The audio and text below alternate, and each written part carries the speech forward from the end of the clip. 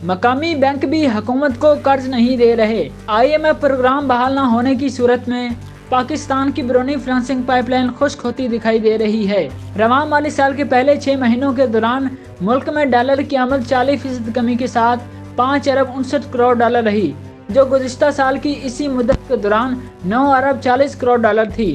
ये रकम की आमद 22 अरब 80 करोड़ डॉलर की बजट हदफ का सिर्फ 24.5% बनती है। इसका मतलब है कि IMF प्रोग्राम की फौरी बहाली के बगैर मुल्क बैरूनी अदायगियाँ नहीं कर सकेगा। स्टेट बैंक ऑफ पाकिस्तान के ज़र मुबादला के ज़खायर में तेज़ी से कमी हो रही है और इसके ज़खायर गुज़िश्ता हफ्ते सिर्फ 3 अरब डॉलर से कुछ ही ऊपर थे।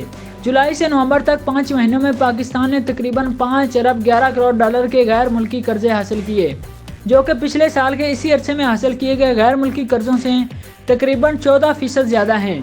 वजारत इक़्तिसादी अमूर ने फॉरेन इकनॉमिक असिस्टेंस पर अपनी माहाना रिपोर्ट में कहा कि इससे जुलाई तक दिसंबर 2022 में तकरीबन 5 अरब 59 करोड़ डॉलर की गैर मुल्की इमदाद हासिल हुई, जो पिछले साल की इसी मुद्दत के दौरान 9 अरब 43 करोड़ डॉलर थी।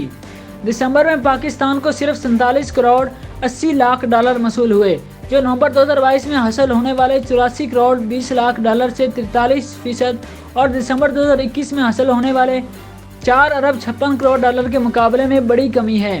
पहली छमाही में 9 अरब 40 करोड़ डॉलर की तरसीलात 14.1 अरब डॉलर के सालाना बजट तखमीने का 67% बनती है।